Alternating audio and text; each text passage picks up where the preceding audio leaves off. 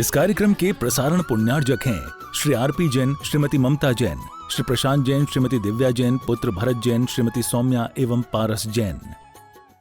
एक समय भी ऐसा नहीं जाता है जिस समय कर्म का आश्रव नहीं होता हो। परिसमयम सवंगम ऐसा एक विषय दिया है सिद्धांत ग्रंथ में।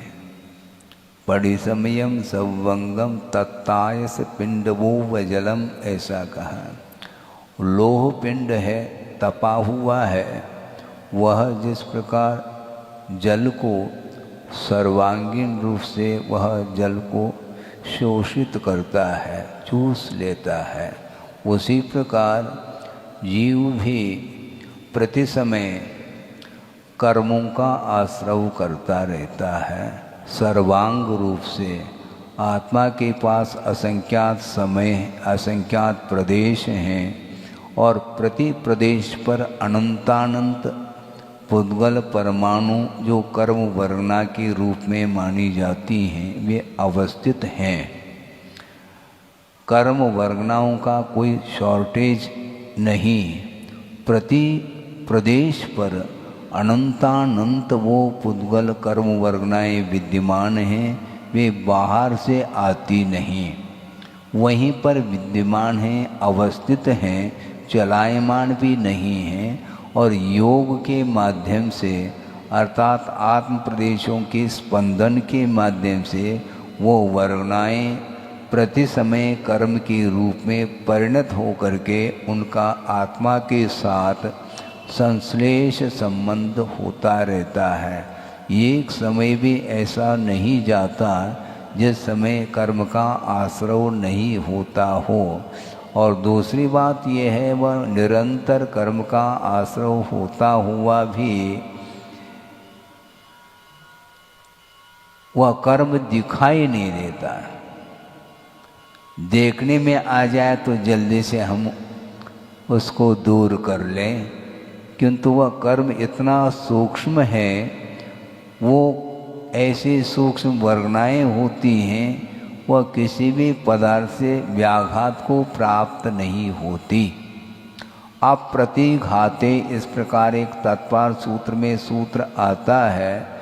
तेजस और कारमण ये दो कर्म ऐसे हैं जिनका प्रत्येक संसारी प्राणी के साथ अनादिकाल से संबंध उसका पाया जाता है। संबंध हुआ है ऐसा नहीं कह रहे हैं, किंतु प्रवाह की दृष्टि से अनादिकालीन वह संबंध है और वह इतना सूक्ष्म है कि वह व्याघात को प्राप्त नहीं होता। व्याघात का अर्थ बाधा उपस्थित नहीं होती उन कर्मों के लिए। जिस प्रकार आप कहीं बाहर जाना चाहते हैं और यदि मान लो गेट नहीं है, दरवाज़ा नहीं है, आप जा सकते हैं क्या? सामने दीवार है तो दीवार के साथ आपका जो शरीर है वह व्यवधान को प्राप्त होता है, इसी को व्याघात बोलते हैं। यदि दरवाज़ा है तो आसानी से आप चले जाते हैं। इसी प्रकार वह सूक्ष्म कर्म हैं, उनको कोई रोकने वाला नहीं है और आत्मगत परिणामों के माध्यम से उनका संबंध आत्मा के साथ होता है और वो बाहर से वर्गनाएँ आती नहीं। ये वर्गना का अर्थ ये मटेरियल है जिसके माध्यम से कर्म का आश्रव होता है, वो वर्गनाएँ कर्म के रूप में परिणत हो जाती हैं, जिसको आश्रव बोलते हैं। तो हम ये कहना ये चाहते हैं कि आप जागृत भी रहो अथवा न भी रहो, प्रति समय कर्म का आश्रव होता है। तो महाराज फिर प्रति समय जब आश्रव हो रहा है तो आश्रव से बचने का फिर उपाय कोई रहा नहीं। क्यों नहीं? वस्तुतः जो पापाश्रव है वह वस्तुतः संसार के लिए कारण है और जो निदान से रहित जो पुण्य का संचय होता है शुभ योग के माध्यम से, वह हम और आपके लिए हानिकारक नहीं, ऐसा कहा गया है। पुण्य का आश्रय हमारे लिए हानिकारक नहीं, प्रत्युत वह लाभप्रद है। मोक्ष मार्ग में पुण्य बाधक नहीं बल्कि साधक माना जाता है। किंतु बाधक क्या है? पुण्य का जो फल है, समझ रहे हैं आप? पुण्य का जो फल है वह बाधक है मोक्ष मार्ग में, पुण्य बाधक नहीं। कई लोगों की यह धारणा विद्वानों की हो सकती है कि मोक्ष मार्ग में पुण्य बाधक है। उनका ये कहना है चाहे वह पाप हो चाहे पुण्य हो, बेड़ी तो बेड़ी है, चाहे स्वर्ण की बेड़ी हो चाहे लोहे की बेड़ी हो, वह बंधन का अनुभव होता है उसके माध्यम से। इसलिए महाराज हम बंधन से मुक्त होना चाहते हैं, इसलिए जिस प्रकार पाप हमारे लिए बंधन के लिए कारण है, उसी प्रकार पुण्य भी बंधन के लिए कारण है। इस प्रकार उनकी विचारधारा चलती है। हालांकि यह विषय समयसारकार ने भी दिया है, किंतु वह किस पात्र को उद्देश्य में रख कर के दिया है उस ओर उनका ध्यान नहीं जाता। वस्तुतः पुण्य और पाप ये दोनों श्रवण की दृष्टि में एक है, श्रावक की दृष्टि में एक नहीं, ये ध्यान में रखना चाहिए। महाराज ये विकल्प ही तो है, आखिर पूजन करना, अभिषेक करना, दान देना है, जाप आदि करना, ये सारे विकल्प ही तो है। और विकल्प के द्वारा बंद होता है और हमें बंद से ऊपर उठना है। इसलिए ये सारे यही है, इस प्रकार की धारणा उनकी बनी रहती है। और इस प्रकार वो दूसरे के लिए भी पाठ पढ़ाते हैं, तो इसके माध्यम से बहुत अहित होता है, स्वयं का भी अहित होता है और दूसरे का भी अहित होता है। इसलिए आचार्यों का ये कहना है आप भले ही मोक्ष मार्ग पर चलो अथवा न चलो, हमें कोई गम नहीं, हमें कोई विकल्प नहीं, किंतु जो मोक्ष मार्ग पर चलना चाहता है उसके लिए कभी भी विपरीत तत्व का प्रतिपादन नहीं करना चाहिए। विपरीत तत्व का प्रतिपादन करेंगे तो निश्चित रूप से मार्ग दूषित होता चला जाएगा। आप मार्ग पर चलो अथवा ना चलो, हमें कोई विकल्प नहीं, किंतु जो मार्ग पर चलना चाहता है उसको विपरीत यदि प्रतिपादन आप करते हैं तो सारा श्रेय तुम्हारे ऊपर जाएगा। सन्मार्ग का उपदेश देना चाहिए और सन्मार्ग पर चलने के लिए जो साधन बताए हैं उससे ठीक विपरीत प्रतिपादन विश्लेषण करेंगे तो निश्चित रूप से वह सन्मार्ग पर न जा करके उन्मार्ग की ओर उसकी दृष्टि चली जाती है। इसको बोलते मिथ्योपदेश। विपरीत उपदेश कभी भी नहीं देना चाहिए, क्योंकि मार्ग दूषित होता है और मार्ग दूषित होने से जो पाप का अर्जन होता है उस प्रकार का पाप और किसी भी परिणाम से नहीं हो सकता, क्योंकि मार्ग को अवरुद्ध किया जा रहा है। आज पंचम काल है, आज मुनि नहीं बन सकते। इस प्रकार की भी चर्चा होती रहती है समाज में, उससे आप लोगों को अलर्ट रहना चाहिए। आगम के अनुरूप प्रतिपादन यदि हो रहा है तो वह अच्छा माना जाएगा, उसके माध्यम से धर्म प्रभावना होती है और मार्ग सुरक्षित रहता है। किंतु इस प्रकार विपरीत यदि उपदेश देंगे तो वह मार्ग अवरुद्ध होता है। इसको आचार्यों ने ये कहा आज्ञा व्यापादनी क्रिया।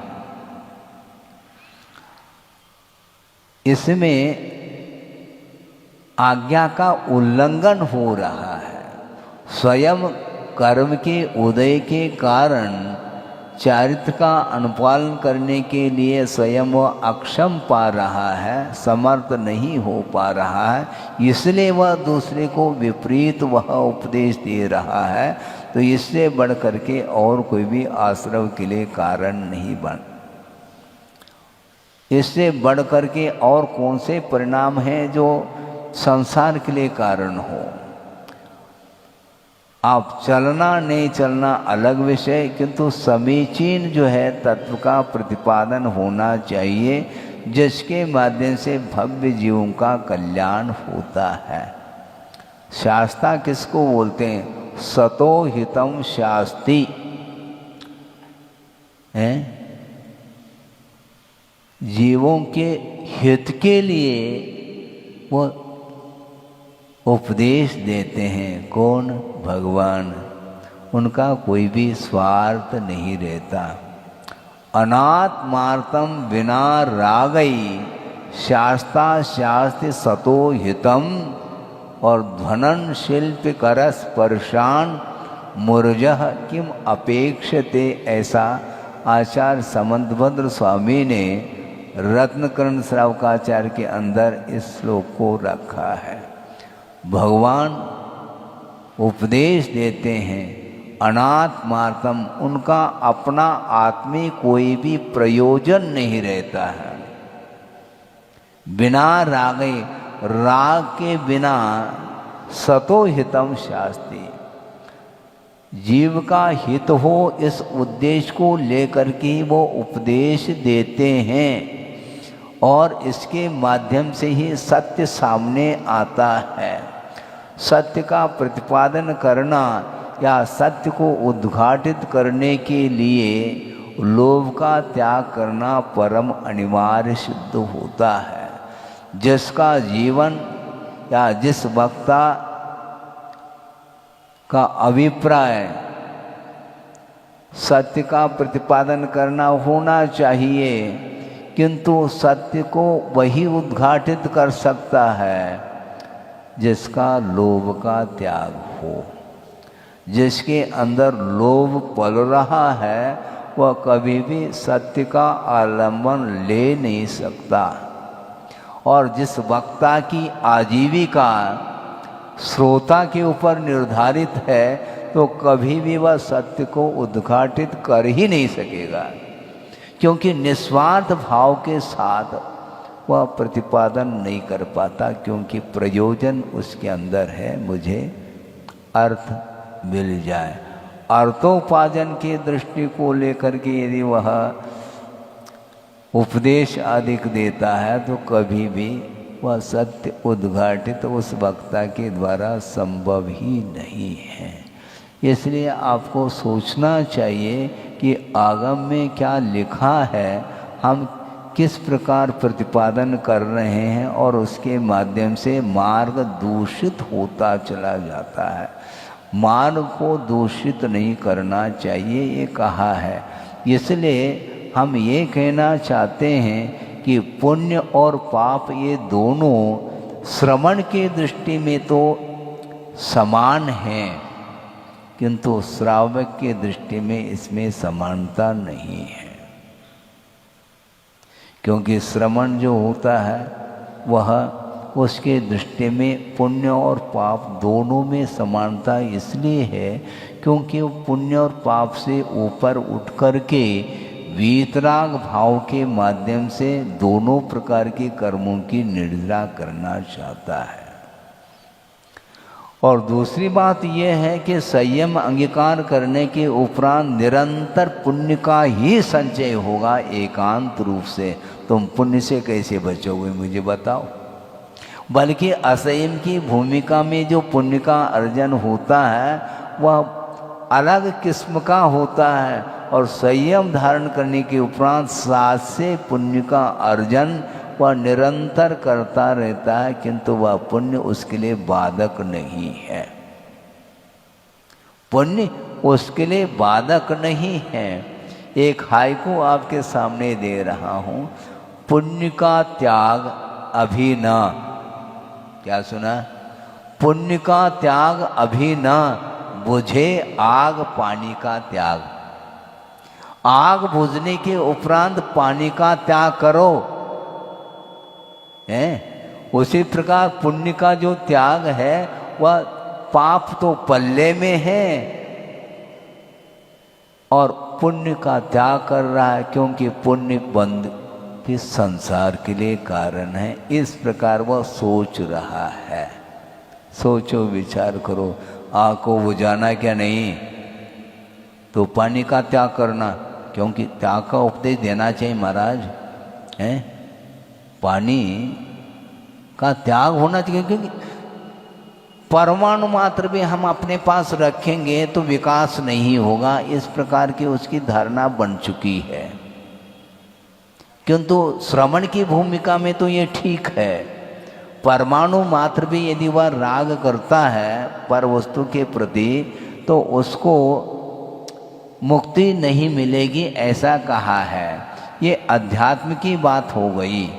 किंतु वस्तुतः श्रावक की भूमिका में क्या है इसको सोचना पड़ेगा आपको, क्योंकि निरंतर पाप का जब अर्जन हो रहा है या हो चुका है अज्ञान दशा में, उसको आप समाप्त करना चाहो तो वह आग है पाप, और उसको बुझाना है तो कैसे बुझाओगे? आग को आग के द्वारा बुझाया जाता है क्या है? ऐसा तो नहीं। आग को आग के द्वारा बुझा सकते हैं क्या? नहीं। आग को बुझाना है तो अपने को जल का आलम्बन लेना पड़ेगा। बिना पानी के जिस प्रकार अग्नि बुझती नहीं, उसी प्रकार पाप रूपी अग्नि उसको बुझाना है तो पुण्य रूपी जल का आश्रय लेना पड़ेगा। बिना उसके संभव नहीं। क्रोधाग्नि को बुझाना चाहो, क्षमा रूपी नीर का प्रयोग करना चाहिए। ये सारे भाव, ये भी तो विकल्प है, ये भी विकल्प है। भैया तुम निर्विकल्प हो कहाँ? दुनिया भर के सारे विकल्प तो तुम्हारे अंदर पल रहे हैं। और सच्चे देवगुरु शास्त्र के आराधना में जो विकल्प आते हैं वो बाधक सिद्ध हो रहे हैं आपके लिए। ये सब क्या है? ये ठीक नहीं माना जाता है, क्योंकि जो साधन के रूप में स्वीकारा है उसको साधक कारण के रूप में स्वीकारा है, वह बाधक कारण नहीं हो सकता है। बाधक कारण का अभाव करने के लिए साधक कारण की उपस्थिति की अनिवार्यता है। इसलिए निरंतर आप देवगुरु शास्त्र की आराधना करना ये श्रावक के लिए मुख्य कर्तव्य है, श्रवण के लिए नहीं। श्रवण तो ध्यान की मुख्यता है, किंतु ध्यान में जब प्रवेश नहीं पा पाता अथवा ध्यान से अंतर्मुक्त के उपरांत जब बाहर आता है साधक श्रवण, उस समय भी वह इसी प्रकार सच्चे देवगुरु शास्त्र का आलम्बन लेकर के वह पुण्य का अर्जन करता रहता है और उसके माध्यम से पाप कर्म की निर्जना वह करता है। इसलिए पाप कर्म की निर्जना करना जिसका उद्देश्य बना है वह निश्चित रूप से पुण्य का आलम्बन लेता है और लेना चाहिए। हाँ, पुण्य फला अरहंता, बहुत आसान है ये कहना। अरहंत पद को प्राप्त करना चाहो पुण्य, ऐसा कौन सा पुण्य? वह 7 से पुण्य है, पुण्यान बंदी पुण्य माना जाता है। एक पापान बंदी पुण्य होता है और एक पुण्यान बंदी पुण्य होता है। पापान बंदी जो पुण्य होता है वह निदान के साथ ही वह पुण्य का अर्जन करता है, और निदान के साथ जो पुण्य का अर्जन हो रहा है उस समय सम्यक दर्शन समाप्त होता है। निदान का अर्थ यहाँ पर समझना है। निदान शब्द का प्रयोग 2 तरह से करते हैं आचार्य। एक निदान ध्यान होता है और एक निदान शल्य होता है। निदान ध्यान जो होता है वह प्रशस्त निदान के कोटि में आता है। इस प्रकार गुरुदेव ने कई बार प्रवचन में इस प्रसंग को दिया है। एक प्रशस्त निदान और एक अप्रशस्त निदान का अर्थ निदान शल्य माना जाता, और निदान शल्य के माध्यम से सम्यक दर्शन की विराधना होती है, और उसके बाद जो पुण्य का अर्जन कर रहा है उस निदान शल्य के माध्यम से वह पापान बंदी पुण्य का ही अर्जन करता है, जो कालांतर में उसके लिए पतन के लिए कारण सिद्ध होता है। लक्ष्मण का उदाहरण देख लो, है वो 63 शला का पुरुष के अंतर्गत आते हैं, किंतु ये नियम है। लक्ष्मण ये नारायण माना जाता है ना, नहीं नारायण माना जाता है, प्रति नारायण रावण है। ये नियम से अधोगति के पात्र बनते हैं। सोचो, राम और लक्ष्मण दोनों भाई भाई हैं, एक का पतन और दूसरे का उत्थान। ऐसा क्यों मत पूछो, तर्क से स्वभाव रहता दूर। ये स्वभाव है, इसमें तर्क के लिए गुंजाइश नहीं है। हाँ, पुण्य का अर्जन उसने भी किया है, लक्ष्मण ने, किंतु पुण्यान बंदी पुण्य का अर्जन नहीं कर पाया, और पाप के साथ वह पुण्य का, पापान बंदी पुण्य का अर्थ वस्तुतः पुण्य का अर्जन तो हो रहा है, किंतु वह पाप का समर्थन करता है। वह पुण्य देव पर्याय को प्राप्त करना बहुत सरल है, कठिन नहीं है। वो थोड़ी सी कषाय मंदता को प्राप्त हो जाए, कषाय की मंदता हुई और पुण्य का अर्जन प्रारंभ हो जाता है। बाल तप के माध्यम से भी पुण्य का अर्जन होता है। बाल तप का अर्थ क्या है? सम्यक दर्शन के अभाव में मिथ्यात्व के साथ जो तप किया जाता है वह बाल तप का अर्थ अज्ञानी का तप माना जाता है। और अज्ञानी संसारी प्राणी भोग सामग्री की प्राप्ति के लिए वह इस प्रकार के पुण्य का अर्जन करता है और शरीर को सुखा रहा है। क्यों? वैसे ही सूखा हुआ है, दुबला पतला शरीर है, उससे हमें सुख तो मिल नहीं रहा है, इसलिए थोड़ा सा और सुखाओ और उसके माध्यम से पुण्य अर्जित होगा तो अच्छा मैं बलशाली बनूंगा अथवा देव पर्याय को प्राप्त कर लूँगा और वहाँ पर सागरोपम आयु तक वहाँ पर अकाल मरण भी नहीं होगा और निरंतर सुख का मैं अनुभव करता रहूँगा। इस प्रकार वह पंचेंद्रिय के विषयों से उत्पन्न होने वाला जो सुख है वो सुख की चाह उसके अंदर रही है, उसके माध्यम से वह निदान के माध्यम से उस भोग्य सामग्री को प्राप्त करता है और वह पुण्य समाप्त हुआ तो वह परंपरा से वह नरकादि गति के लिए, दुर्गति के लिए वह कारण सिद्ध होता है।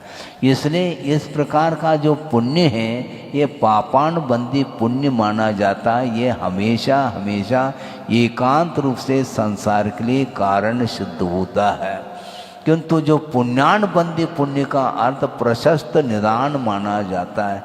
प्रशस्त निदान का अर्थ क्या? खोलो महाराज। आप प्रशस्त निदान का अर्थ तो आपको समझ में आ गया होगा, क्योंकि भोगों की आकांक्षा का नाम अप्रशस्त निदान, जिसको निदान शल्य की संज्ञा दी है। और प्रशस्त निदान का अर्थ भगवान वर्तमान में मुझे शरीर तो मिला है, किंतु वर्तमान में मोक्ष मार्ग की सामग्री जो मिलनी चाहिए अनुपात से वह सामग्री नहीं मिल पाई, इसलिए मोक्ष प्राप्त हम नहीं कर पा रहे हैं। इसलिए ऐसी सामग्री मुझे मिले मोक्ष मार्ग की जिसके माध्यम से मैं मोक्ष को प्राप्त कर सकूं। इस प्रकार मोक्ष मार्ग की सामग्री की अपेक्षा से कुछ इच्छा उसके अंदर जागृत होती है और यह इच्छा मोक्ष मार्ग संबंधी होने के कारण इसको प्रशस्त निदान की कोटि में लिया गया है। यह आपके लिए बाधक नहीं। तो मैं ये कह रहा था कि वस्तुतः जो पुण्यान बंदी पुण्य है वह मोक्ष मार्ग में बाधक नहीं बल्कि वह साधक है। किंतु बाधक क्या है महाराज? जो पुण्य का फल है वह बाधक है। पुण्य बाधक नहीं, निरंतर पुण्य करिए, ये अवसर है आपके लिए। इस मनुष्य भव में जो पुण्य का अर्जन होगा वह किसी भी भव में संभव नहीं। मनुष्य भव में तीर्थंकर प्रकृति का भी बंद कर सकता है प्रारंभ, किंतु देव सुनो कहाँ पर देव कहाँ पर है? समोषण में विराजमान है। सुन रहे हैं क्या? नहीं, समोषण में देवगण पहुँचे हैं और सम्यक दर्शन भी है, किंतु तीर्थंकर प्रकृति का बंध का प्रारंभ वो नहीं कर सकता। फिर कौन कर सकता है? मनुष्य गति का जो जीव है कर्म भूमि का, और उसमें भी जो पुरुष है वही तीर्थंकर के पादमूल में वह सम्यक दर्शन के साथ तीर्थंकर प्रकृति के बंध का प्रारंभ करता है, ऐसा आगम का उल्लेख है। तो देव में यह संभव नहीं है, नहीं योग्यता नहीं उसकी। मतलब तीर्थंकर के पादमूल में रहते हुए भी, सम्यक दर्शन रहते हुए भी, क्षायिक सम्यक तो होते हुए भी वह प्रारंभ नहीं कर सकता। प्रारंभ यहाँ करता है, उसका निष्ठापन अन्य गति में संभव है, इसमें कोई बाधा नहीं है। अर्थ यह है कि तीर्थंकर प्रकृति के बंध के लिए योग्य जो परिणाम होना चाहिए प्रारंभ के अपेक्षा से, वह मनुष्य गति में ही संभव है। इसलिए तीर्थंकर प्रकृति का बंध भी आपके लिए ये है क्या? आप कहना क्या चाहते हो? पुण्य और पाप है महाराज, कहना बहुत आसान है। सोने की बेड़ी लोहे की बेड़ी कह दिया। किसके लिए कहा जा रहा है? वह श्रवण के लिए कहा जा रहा है, श्रावक के लिए नहीं। इसलिए षोडश कारण भावना के माध्यम से 7 से पुण्य का अर्जन जो करने वाला श्रावक आदि हैं, वे निश्चित रूप से पाप कर्म की निर्जरा करते हैं। पापाश्रव से बचना चाहो तो पुण्य का आलम्बन लेना अनिवार्य सिद्ध होता है। यहाँ तक कि समय सार आदि ग्रंथों में आचार्य ये कहना चाह रहे हैं, स्वयं अमरचंद सूरी जो समय सार की टीका लिखते हैं, आत्मख्याति टीका, उसमें उनका ये कहना है कि भगवान मैं शुभोपयोग का आलम्बन तब तक लेऊंगा जब तक शुद्धोपयोग की उपलब्धि न हो। वो कह रहे हैं और अपन क्या कर रहे हैं? ये शुभोपयोग है, क्योंकि इसके द्वारा पुण्य का आश्रव होता है। ये किसने कहा है? ये एकांत रूप से मात्र पुण्य का ही आश्रव नहीं होता शुभोपयोग के द्वारा, किंतु पाप कर्म की भी निर्जरा होती है, ऐसा आगम का उल्लेख है। आप पाप कर्म की निर्जरा करना चाहो तो देव गुरु शास्त्र की आराधना किया करो। तुम ध्यान नहीं कर सकोगे, ये ध्यान रखो। ध्यान की भूमिका अलग है। उपचार रूप से यदि मान लो ध्यान कहा भी है, वह अलग विषय है। मुख्य रूप से यदि ध्यान होता है तो वह श्रवण की भूमिका में ही संभव है, क्योंकि वीतराग भाव के बिना वह ध्यान संभव नहीं। सराग दशा में ध्यान नहीं होता, उसको औपचारिक कहा है, क्योंकि एक प्रवृत्ति है, शुभोपयोग आत्मक वह प्रवृत्ति है। इतना ही है विषय। उस समय वह आर्ध्यान रौद्र ध्यान से वह बचा हुआ है, इतना विशेष माना जाता है। इसलिए ये विकल्प है कह दोगे तो वो बात बनेगी नहीं। वो विकल्प कहता है मंदिर जाना विकल्प है। महाराज हम निर्विकल्प होना चाहते हैं, इसलिए मंदिर जाने की क्या आवश्यकता है? बिल्कुल ठीक कहा तुमने, मंदिर जाने की कोई आवश्यकता नहीं, किंतु घर जाने की भी आवश्यकता नहीं, ये ध्यान रखो। घर तो बार बार जा रहा है, घर की ओर ही मुड़ मुड़ करके देख रहा है, और मंदिर जाने में उसको विकल्प हो रहा है, जैसे निर्विकल्प ध्यान हो रहा हो उसको। ऐसा थोड़ी होता है। ये सारी मान्यताएं विपरीत हैं। इसके माध्यम से कभी भी संवर नहीं हो सकता, ये ध्यान रखो। आश्रव को रोकना चाहो तो आश्रव को रोकने की यही एकमात्र विधि है। विधि के अनुरूप चलिए, आगम के अनुरूप श्रद्धान करके अपने शक्ति के अनुरूप यदि वह आचरण करता है, निश्चित रूप से वह बहुत जल्दी अल्पकाल में वह मोक्ष को प्राप्त कर सकता है। मुझे मुक्ति मिल जाए, पहले घर से मुक्ति ले लो, फिर बाद में मंदिर से मुक्ति मिलेगी, तुम्हें ध्यान रखो। क्योंकि पुण्य वस्तुतः जो सात से पुण्य अथवा पुण्यानुबंधी पुण्य है, वो मोक्ष मार्ग में बाधक नहीं बल्कि साधक है। क्योंकि पुण्य की परिभाषा भी दी है आगम में, पुनाति आत्मानम पवित्रीक्रियते आत्मा येन तत्पुण्यम, ऐसा कहा। जिन परिणामों के माध्यम से आत्मा पवित्रता का अनुभव करे उसका नाम पुण्य कहा है।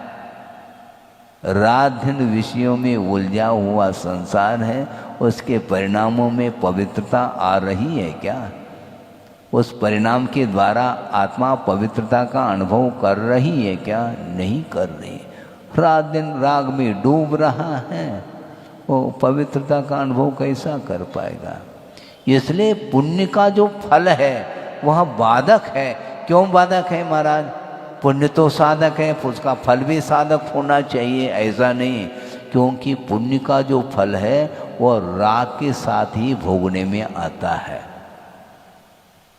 पुण्य का जो फल भोगता है संसारी प्राणी बड़े चाव से भोगता है, ये बुद्धि से भोगता नहीं, वो ये ध्यान रखो। राग के साथ भोगता है, इसलिए निरंतर वह पाप का आश्रय करता रहता है। इसलिए पुण्य का फल मोक्ष मार्ग में बाधक है, किंतु पुण्य मोक्ष मार्ग में साधक है, ऐसा कहा है। तो पुण्य का अर्जन जो किया जाता है वह दान के माध्यम से करो, और कर ही रहे हैं आप लोग।